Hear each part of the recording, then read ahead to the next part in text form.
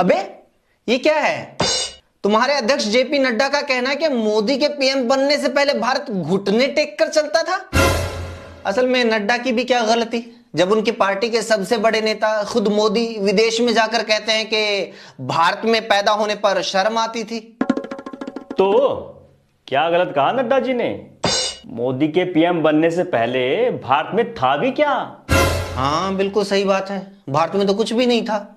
मोदी के पीएम बनने से पहले तो भारत में जीवन ही संभव नहीं था। हवा में ऑक्सीजन नहीं थी, समुद्र में पानी नहीं था, धरती पर हरियाली नहीं थी, आग में तपिश नहीं थी, पानी में ठंडक नहीं थी। हमारे यहाँ के तो पहिए भी गोल नहीं थे, लोग पत्थर से आग जलाते थे, आगे पीछे पत्ते बांध के घूमते थे। ना हमने मोबाइल देखा था, ना टीवी, ना इंटरनेट, ना हवाई जहाज, ना सैटेलाइट, ना देश में बिजली थी, ना वाटर सप्लाई, ना सड़क, ना फ्लाईओवर। बस देश में एक रेलवे स्टेशन था जहां मोदी जी चाय बेचते थे। अरे ताकत की बात करो ना।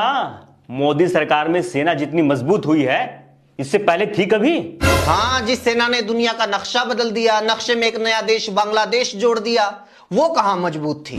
असल में तो मोदी का प्रधानमंत्री बनने पहले तो भारत की सेना के पास हथियार ही नहीं थे। पाकिस्तान था 4-4 युद्ध तो भारत के सैनिकों ने बुड़किया के लड़कर जीते थे।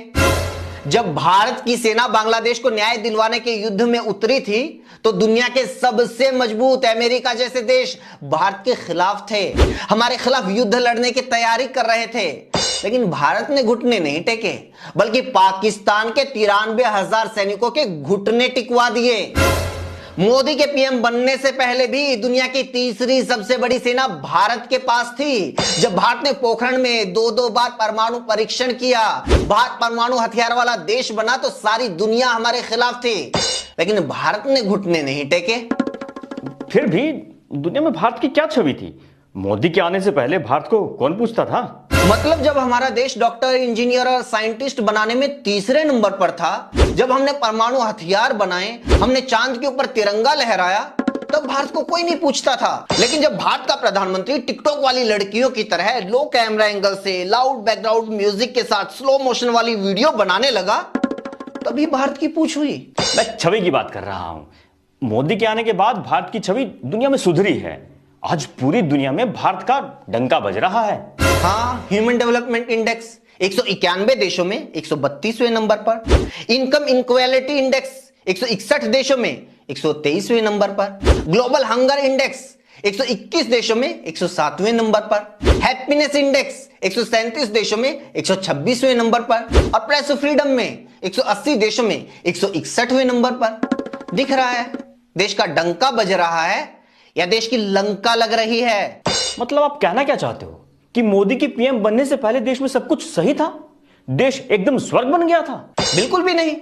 लेकिन यह कहना कि भारत तो एकदम खत्म था, एकदम लुल्ल था, घुटनों पर था, यह कहना भी बहुत गलत है। अंग्रेजों ने 250 साल तक देश को लूटा और 550 टुकड़ों में बांटकर छोड़ दिया। उस टाइम देश के पास खाने के लिए अनाज तक नहीं था। वहां से हमारा सफर शुरू हुआ था। अगर देश के शुरुआती प्रधानमंत्री चाहते तो वो भी हाय अंग्रेजों ने सब खत्म कर दिया, हाय मुगलों ने सब लूट लिया, हाय मैं क्या करूं, मोदी की तरह अंग्रेजों और मुगलों को गालियां देकर 15-20 साल तो बिना कोई काम करे राज कर सकते थे। लेकिन उन्होंने ऐसा नहीं किया, उन्होंने काम किया। जब देश आजाद हुआ तो देश की राजधानी तक में बैलगाड़ियां चलती थी, लेकिन मोदी के आने से पहले वहां दुनिया की सबसे महंगी कारें मेट्रो, रैपिड मेट्रो दौड़ रही थी। जब देश आजाद हुआ तो हमारे यहां सुई तक नहीं बनती थी, लेकिन मोदी के पीएम बनने से पहले हमारे यहां हवाई जहाज बन रहे थे।